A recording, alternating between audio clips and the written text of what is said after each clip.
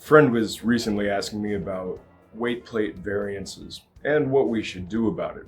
And that's a perfectly valid question. This is by no means, secret knowledge or anything, but, people who don't spend a lot of time, buying plates and speccing plates and dealing with competition and stuff don't necessarily know this. Now, I don't, compete in weightlifting or anything like that. But because of the people that I pay attention to, I've learned about this stuff over, the past couple of decades. One of the things that we have to understand is that a lot of cheaper weight plates are cast. And being cast, there is opportunity for voids and inclusions. The molds that they're being cast into being not created correctly, whatever, that allows for sometimes a pretty significant difference between the nominal weight and the actual weight of the plate. And, it can be up to a couple of pounds sometimes. And that's on larger plates, but the thing is that can actually throw you off. And I have had a couple of plates that were over or under by just enough that it was noticeable. But with improvements and, just gaining popularity and, powerlifting, weightlifting, whatnot, people are looking for higher quality plates. And so then we have machined plates. Machined plates are considerably more expensive. But machined plates generally will have a tolerance closer to about 1% of the stated weight, which for all your standard plates up to 45, 55 pounds are generally, that's such a minimal deviance that you don't really notice. It's just not going to be particularly noticeable if your bar is slightly unbalanced by that little, especially once you start reaching up into poundages that are, at over body weight, which basically anybody that is somewhat athletic and participates in resistance training is going to be edging up towards those numbers. So the point is that once you reach a certain level of just what you would consider expected athletic strength, that's a relatively negligible difference. And then, of course, for competition, they have calibrated plates.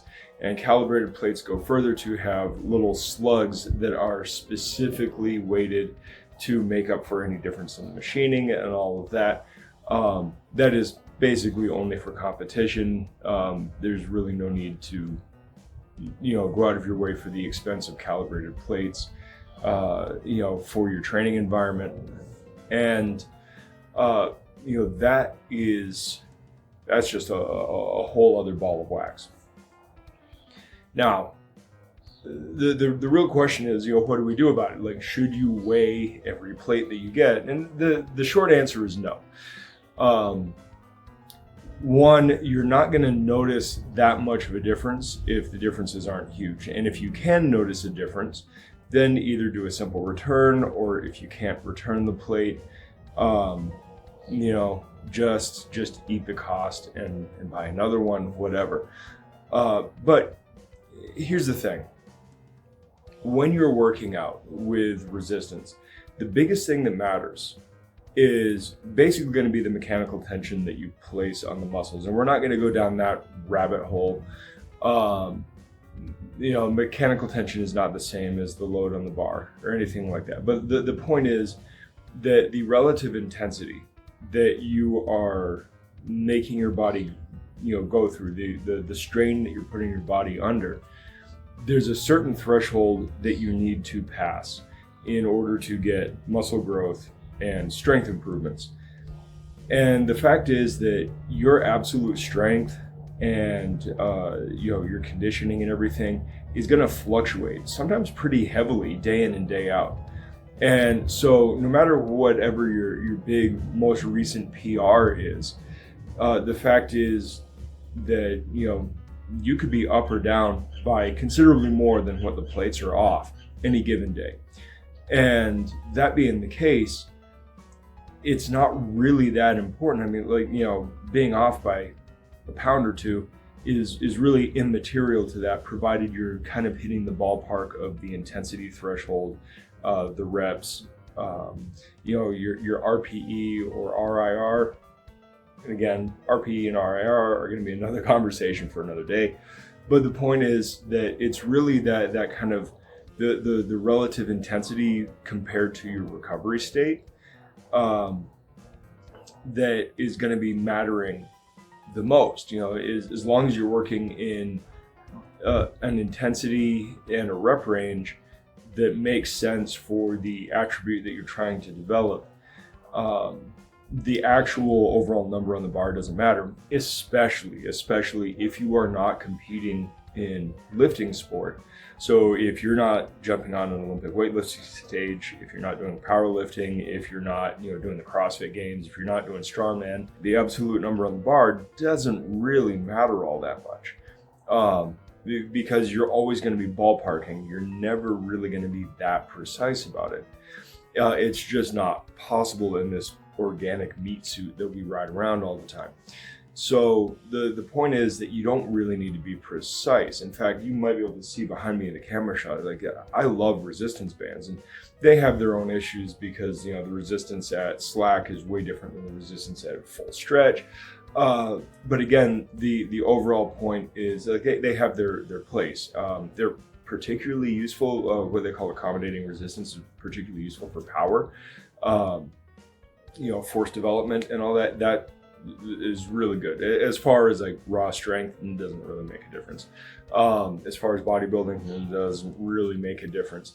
And you can kind of compensate for their flaws, and you can do that with everything.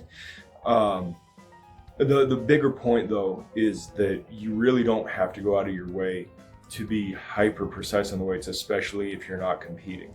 Now, I will caveat this in one way, and that is that it is very useful to have a consistent metric by which you're judging progress.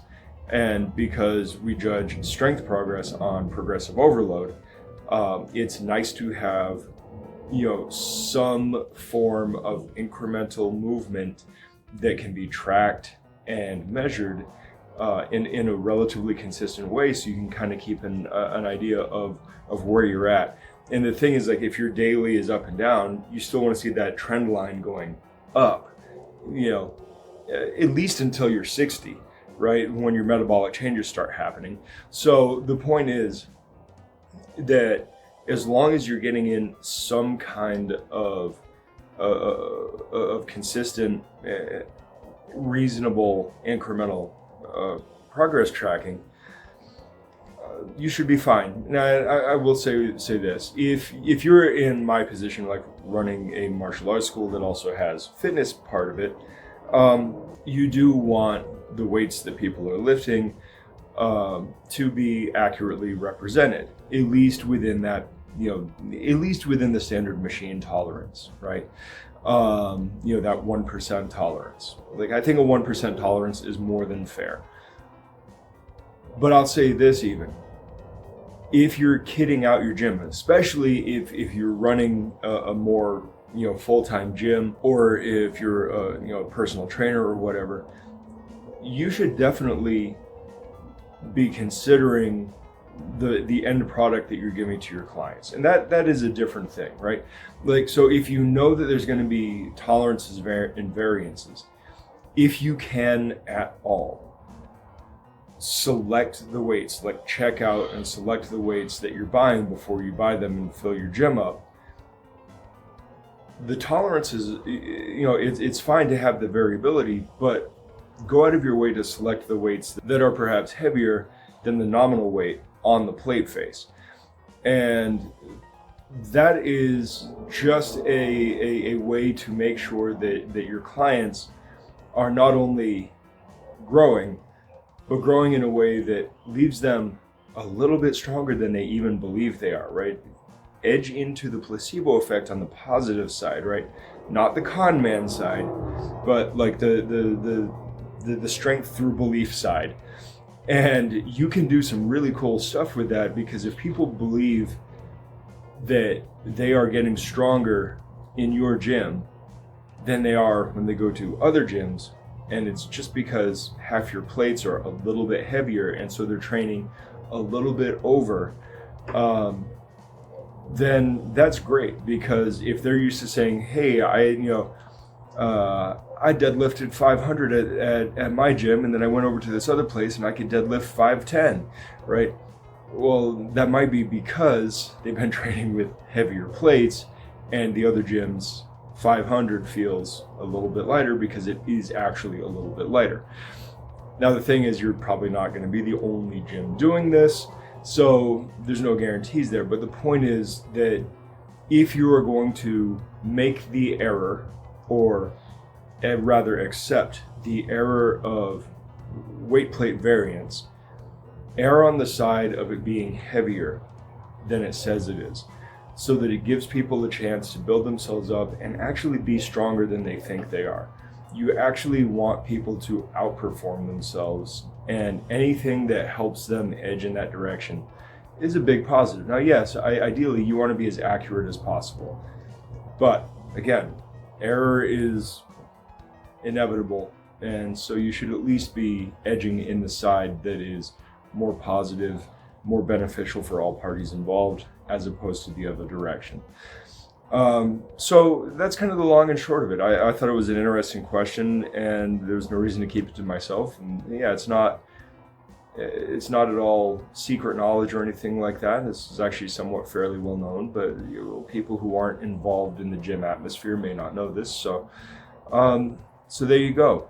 Don't fuss too much about the weights. It really is more about your exertion and your ability to strain your body in an appropriate way relative to your recovery, and produce growth, whether that be muscular, strength adaptations, what have you. So anyway, I will talk to you guys later. Good journey.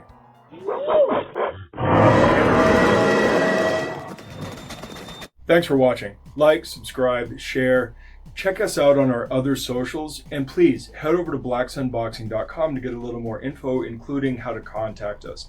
Furthermore, if you are in the Phoenix area, please feel free to stop in, say hi, join in for a class, whatever. Also, if you ever see us cite sources, or just for additional content, please check out our Substack. That is where we put all of the sources we use in our videos and is a major part of this. Plus, it serves as a membership platform for long distance learning and for people who would like to support us but aren't local. We would greatly appreciate it if you signed up. Even just the free membership helps us out a lot. All right, I will see you guys in the next video. Good journey.